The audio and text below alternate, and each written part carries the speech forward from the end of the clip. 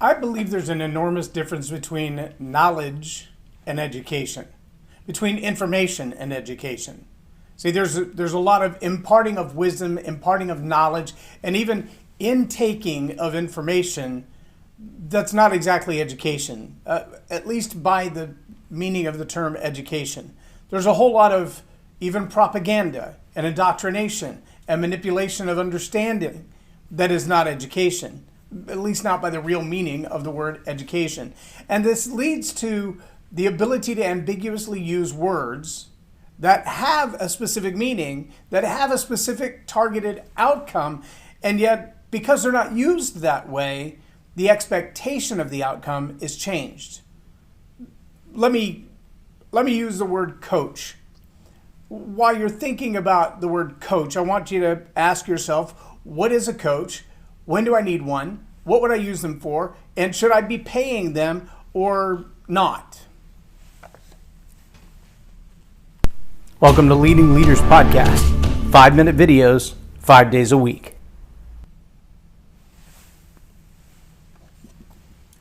I saw a Facebook post yesterday and it caused me to engage my mind back to almost 10 years ago when I got certified as a John Maxwell leadership coach.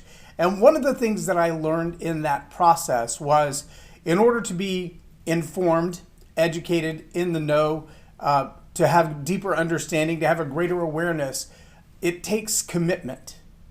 It's an investment, not only of your brain cells and your mind and your heart and your time, but generally of finances as well.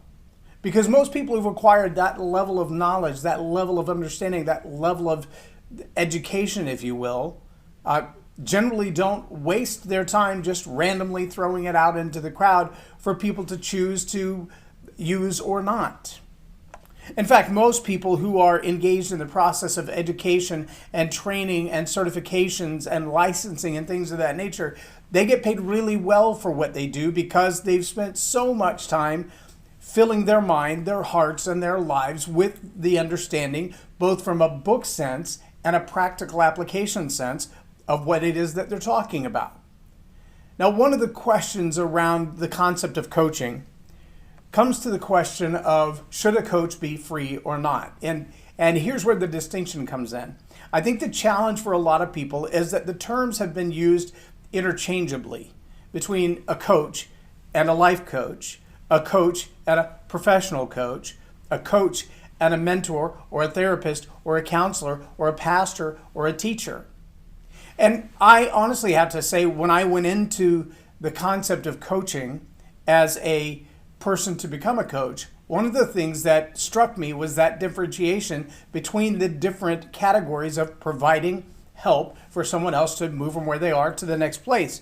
And the distinction in my moment of awareness, when it came to me that there really is a distinction, it was a huge revelation for me.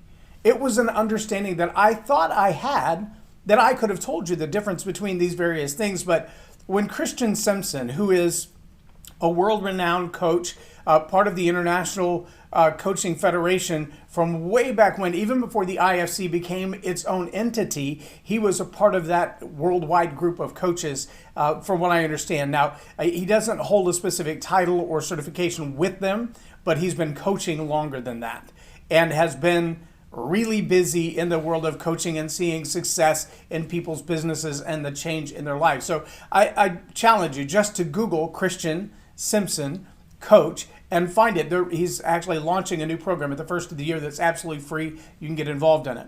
But Christian made a really, really clear line of demarcation between coach, mentor, teacher, pastor, and counselor.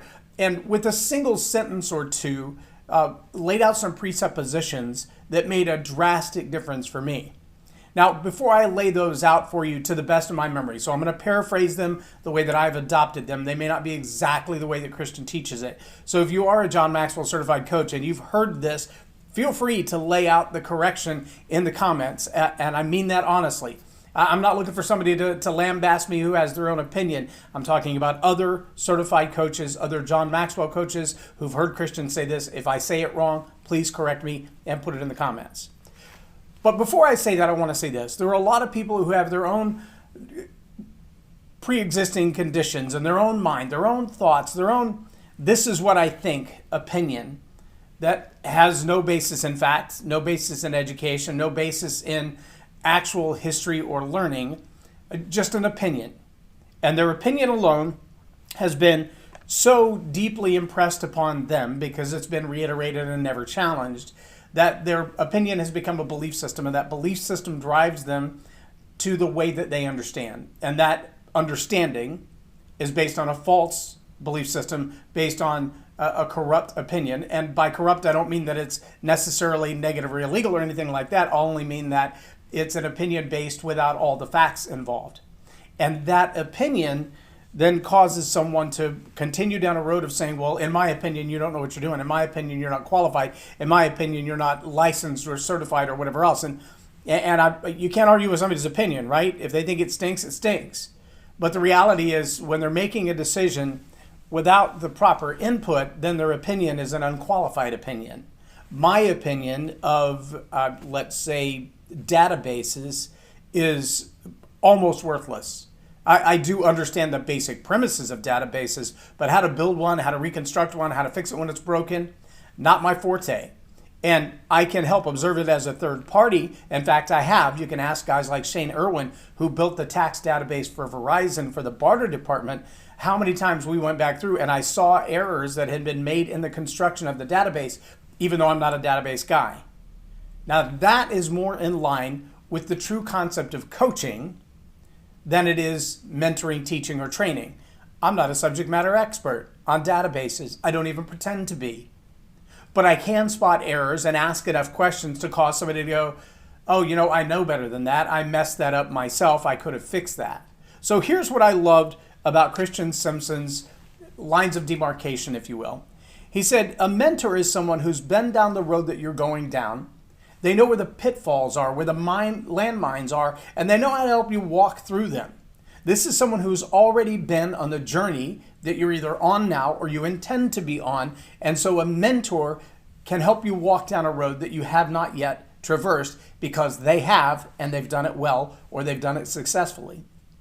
A teacher is someone who says, I have information that you need. I'm here to give it to you.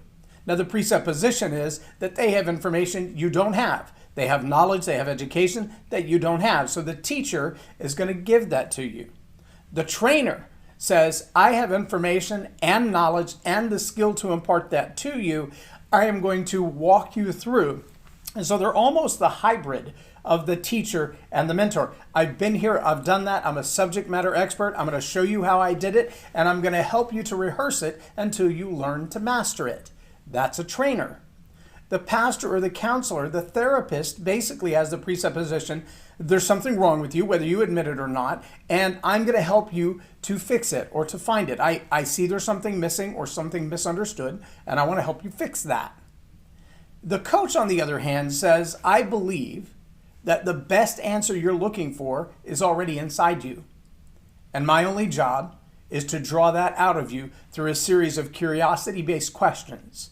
Now, there is a model. In fact, there are a couple of different models. If you look at ICF and other training models for coaches, there are different models, paths, where we build rapport, we set up presuppositions, we work through the process in order to draw out the questioning.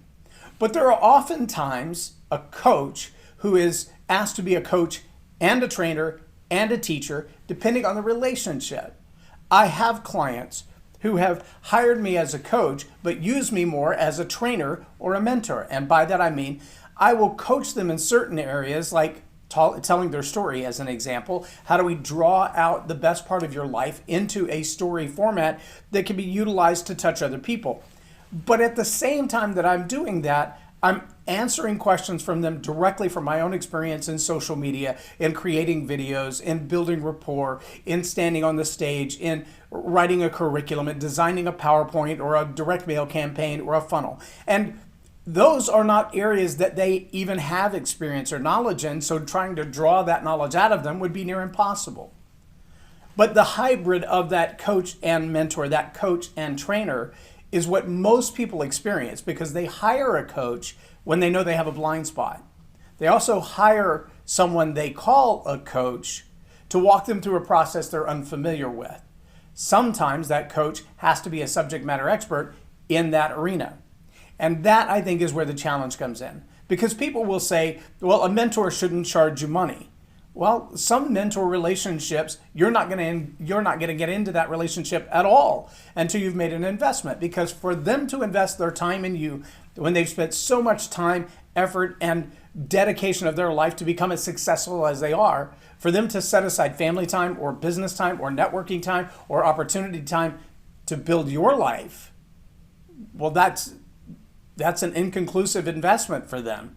There's no idea whether that's ever going to pay off. Now, Simon Sinek made a great point when he talked about the fact that the first person that was a significant mentor in his life was someone that he just began to ask questions of, and the guy was open to answering them. And as this relationship continued to grow, he said one day to the guy, listen, I'm glad that you're my mentor. And the guy said, and I'm glad that you're mine. And what he meant was, there are things that I'm learning from you that I didn't know before. And that relationship is mutual. And there are a lot of places. One of my mentors is a guy by the name of Jim Gardner. Jim Gardner is set in the C-level suite in some of the biggest companies in the world. He has been an entrepreneur for 20 plus years, as well as being a corporate executive. He sits on boards of very large organizations even today. As my mentor, he's older than I am, he's more successful than I am, he's more accomplished than I am, and there are still areas that when we sit down and talk, he has questions on things that I've done successfully that he's never tried to do before. It doesn't mean I'm smarter, doesn't mean I'm more educated, doesn't mean I'm anything other than I've tried things he hasn't tried yet. That is a symbiotic mentoring relationship where we both feed into the relationship and we don't ask for anything in return financially other than I need you to be there when I need you to be there. And so there are times that I give him insights and advice, and I've tried something that he hasn't tried yet and he just wants the shortcut. And I give him the shortcut. And there are times that I do exactly the same. I'm like, hey, I want your opinion on this idea. That is a symbiotic mentor relationship. But if I were to go to someone like a CEO of a company and say, teach me how to be successful financially, the first question he's going to ask is, what's in it for me? Either you're going to pay for my time or you're going to invest in me in some other way. Sometimes that's what an internship is for. But to say that a mentor is someone who should never get paid because their only job is to pour into you is a selfish, in my opinion, kind of a viewpoint. To assume that a coach can only be a coach if they're a subject matter expert to begin with, well, it might be true if you're talking about an athletic coach, a football coach, a basketball coach, a soccer coach. But the idea of coaching is really based on the original meaning of education, and that is educo, to draw from within. And the idea of coaching says, I believe the answer you're looking for is already in you. For some reason, you're not seeing it. So I'm going to keep asking you questions until you answer it yourself. And that way the answer, the knowledge, the wisdom, the awareness, the understanding is yours. It's not something I've given you. It's something I've helped you discover. And that makes it so much more profound. Trust me, when you have a coach who is asking you to believe what you already believe, is asking you to become aware of things that you already know and apply them to the challenges you're facing right now, you'll find that your ownership of the solution is much deeper and much more solid than if someone just gave you an answer and said, here, fix your problem. I haven't seen yet someone who's handed a solution free of charge, at no cost, with no sacrifice or price to be paid, with no investment to be paid, who made great use of that solution. In fact, most times that solution falls to the wayside. I have seen people who invest deeply in, whether it's financially, emotionally, or sacrificially of time, sacrificially of energy, who say, I would never have done that had you not poked me, prodded me, and asked me the questions. But now that I've done it, I can't thank you enough. That, my friends, is a strong coaching relationship. That's not a football coach. That's not somebody yelling at you, beating you, making you do something, forcing you to be motivated when you don't want to do it. That's someone who's helping to raise your level of awareness to cause you to say, I see where I've stopped myself before, and I'm going to go forward. Now, it is presumed that a coach has a deeper level of awareness and understanding than you do, generally speaking, but that may not necessarily be a subject matter expert. In fact, Christian Simpson, in his laying out of the foundation of what it means to be a coach, talks about some Olympic tennis players who are really having a bad season. And they brought in some people to coach them who knew absolutely nothing about the game, but instead just continued to ask them questions. And in the asking of those questions, they realized, I've messed up my backhand because I've given up the habit of, or I'm no longer practicing this step in my serve. And that's the reason that it's not doing what it's supposed to do. But they were discovering what they already knew from a new level of awareness. And that's what improved their game. I think it's true in most people's lives that hiring a coach isn't about having someone to bash you over the head and tell you what to do. It's not about having somebody who's already figured out everything that you want. That's a trainer, that's an instructor, that's a teacher. That's not necessarily a coach in the truest sense. But having a coach to come alongside you and just ask you, why did you do it that way? Oh yeah, it gets annoying, trust me. When somebody just keeps questioning everything you do and every thought you have and every decision you made, you want to punch them in the face sometimes. You sometimes want to look in the mirror and punch yourself in the face and think, I knew that already. Why did I have to pay somebody else to help me to realize it again? But the success that comes behind being challenged in the way you think, that's worth the investment. The better you that comes behind being challenged in the way you think. Someone who will genuinely get into your core beliefs and ask you, why do you believe that? Where did you come up with that idea? Has it served you well? What are you going to do with it now? If you had the option to change it, what would you change it to? See, those are the kinds of questions that really get at your soul, and they annoy the dickens out of you. And they also bring the transformation you're looking for. When it comes to moving people from where they are to where they want to be, coaches, teachers, pastors, therapists, counselors, trainers, good leaders, they all do that. They all have different methodologies and processes and relationships for doing that. But to know the difference between the coach that you hire, the mentor that you hire, the teacher or trainer that you hire, that's pretty significant. And if the person you're hiring feels like coaching is let's just sit down over coffee and chat, but they don't understand that there's actually a process to this, then you may get a good coffee chat. And you may waste a whole lot of money on somebody who's not trained to do what you need to have done. If you're hiring somebody as a trainer, a teacher, or a mentor to guide you through a process, then they should be a subject matter expert. But a coach doesn't need to be a subject matter expert in where you want to go. They need to be a subject matter expert in coaching. Now, I know this has been a long message, but it's absolutely critical. And let me carry it one step forward for you. If you're a leader in any capacity, if you manage a team, lead a team, guide a team, run a company, I don't care if it's 3 people or 30,000 people. One of your greatest roles as a leader is to be a coach. And by that I mean to ask questions that cause people on your team at the first level, the next level, and the bottom level, every level of relationship you have with them, to ask them questions that cause them to think, to be more aware, and to do better. To think, to be more aware, and to do better. You don't have to make them do that. If you ask them the questions. In fact, John Maxwell just came out with a new book. Good leaders or great leaders ask great questions. If you're not sure what questions to ask, go to my website and just download the training program called 10 Key Elements of Leadership Development, or 10 Key Questions of Leadership Development. That will push you through a process of asking yourself the questions and your team the questions that are going to cause you to grow. Am I focused on self-development? These are some questions that are really going to challenge you. But as a leader, you're responsible for coaching your team. The first level people, the next level people, and all the way down the line. If you're not doing that, or you don't understand the process of coaching, then you might be a decent manager, but you may not be a great leader just yet. Doesn't matter how many people are following you. It's not about the position. It's about the effectiveness of leading, which is about influence. I hope this has been beneficial to you. I know some of it has been challenging, and some of you will have opinions that are different than mine. I welcome your opinions. I welcome your comments. Please fill them in there and tell me what you think. I'm sure there are other people who would benefit from your ideas as much or even more than they benefit from mine. But I appreciate you taking the time to listen. I appreciate you taking the time to be engaged. Please share your comments, share your thoughts. And if you think this announcement today, this message today, this training today could be beneficial for somebody else, click like, click subscribe, click share, and send it to them. I'm J Loren Norris with Leading Leaders Podcast for Tell It Like It Is TV. Have a blessed day.